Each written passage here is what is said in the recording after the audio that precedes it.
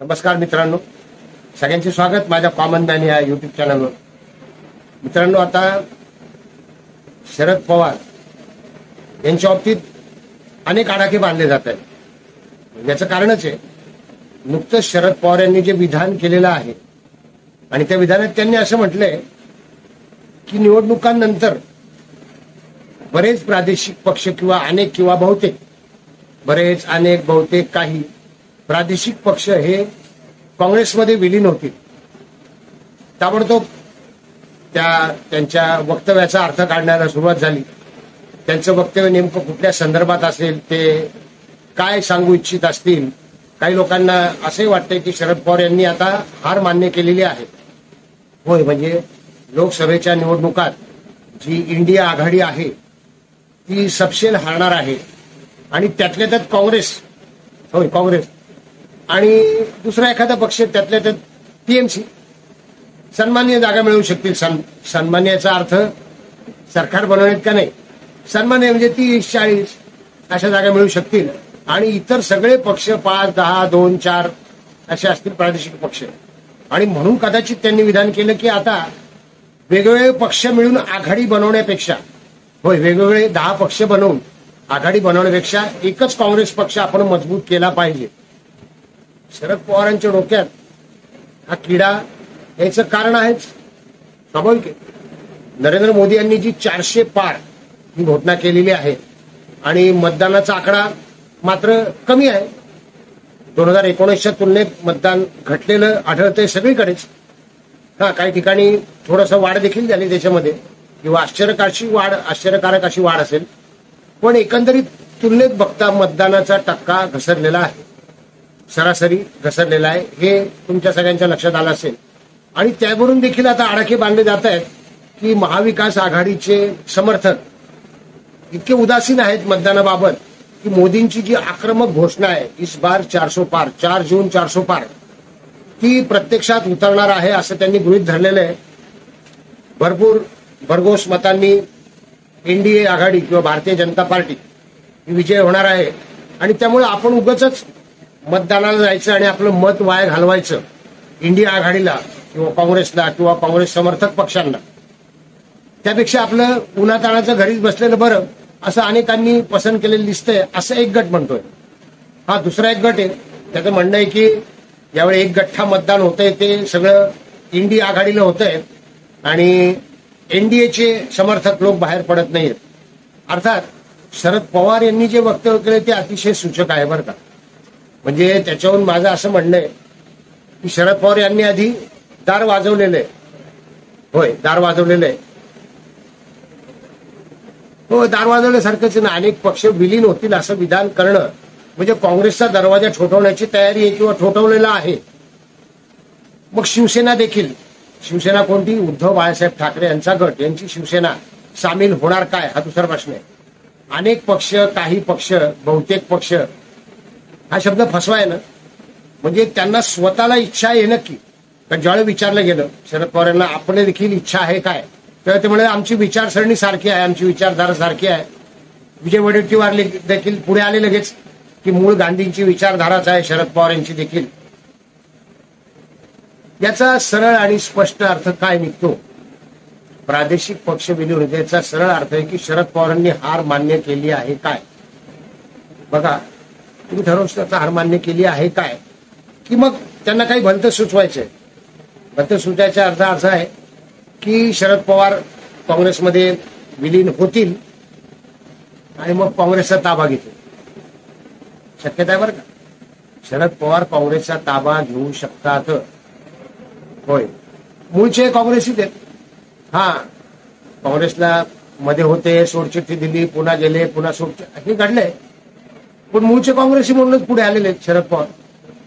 मग अशा वेळी मूळचे काँग्रेसी म्हणून पुढे आलेले असताना ते पुन्हा मूळ पक्षात जायच्या गप्पा का करताय? शरद पवार ही व्यक्ती अशी आहे जे शरद पवार यांना ओळखतात. शरद पवार ही अशी व्यक्ती आहे की जी एखाद्या पक्षाचा आमदार, खासदार किंवा एखादा नेता म्हणून राहू शकत नाही. त्यांना कुठेही प्रमुख पद हवं असतं, ही त्यांची महत्वाकांक्षा असते. म्हणजे अध्यक्षपदी राहणंच ते पसंत करतात. आणि आता इथे तर मुद्दा त्यांच्या लेखीच्या भवितव्याचा आहे. होय, लेखीच्या भवितव्याचा मुद्दा आहे. आणि मग लेखीच्या भवितव्याकरता आपला पक्ष तर गेला गेला म्हणजे अजितदादा पवारांनी नेला आणि कोर्टाने देखील मान्यता दिली, चिन्ह देखील दिलं, नाव देखील दिलं, तुतारी हातात आलेली आहे. मग आता अशा वेळा काँग्रेसमध्ये जाऊन नवीन राज्य स्थापन करता येतं का, हा विचार शरद पवारांचा असू शकतो. याचं कारण आहे, राहुल गांधींच्या बाबतीत राहुल गांधी किती हुशार आहेत, किती धोरणे आहेत, किती मुत्सद्दी आहेत, किती धूर्त आहेत, त्यांची राजकीय समज किती आहे, याबाबत बोलणं म्हणजे धाडसाच होईल. नाही, मी नाही विधान करू शकत, धाडसाचं काही विधान मी करू शकत नाही.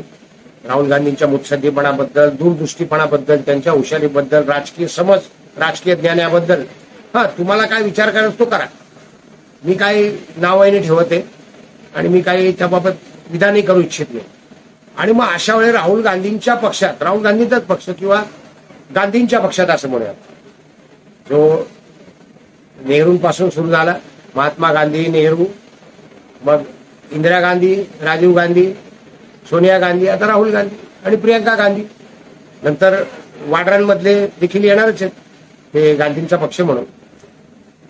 तर त्या पक्षात जाऊन तो पक्षच आपलासा करायचा असा डाव तर नाही शरद पवार यांचा. आता शरद पवार यांचं वय बघता ते खरोखर कितपत वेळ देऊ शकतील, कितपत मेहनत घेऊ शकतील आणि किती काळ अजून कार्यरत राहतील.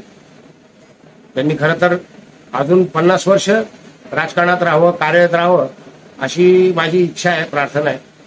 पण वार्धक्याच्या काही मर्यादा असतात.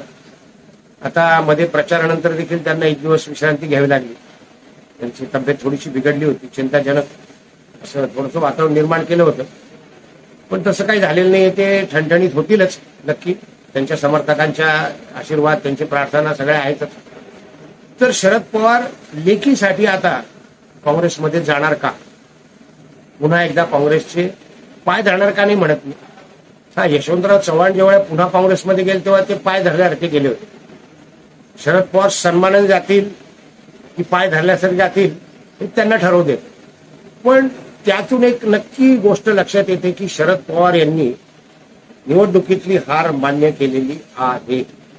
होय, त्यांनी हार मान्य केलेली अशा विधानावरून, आणि त्यांनी विधान करताना अनेक पक्ष किंवा काही पक्ष म्हणलं याचा अर्थ ते उद्धव बाळासाहेब ठाकरे यांची शिवसेना याबाबत देखील बोलत आहेत की काय. ती शक्यता आहे. उद्धव बाळासाहेब ठाकरे आणि शरद पवार यांची जोडी काही करू शकेल.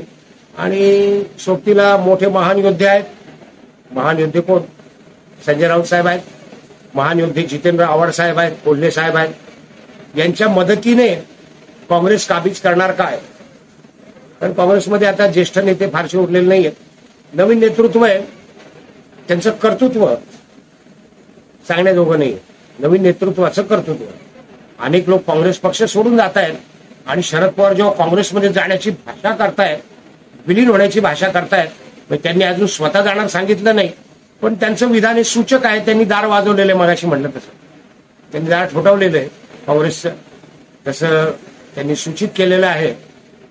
त्यामुळे ती शक्यता आहे की आता काही काळातच काँग्रेसवर देखील शरद पवार यांची छाप पडेल.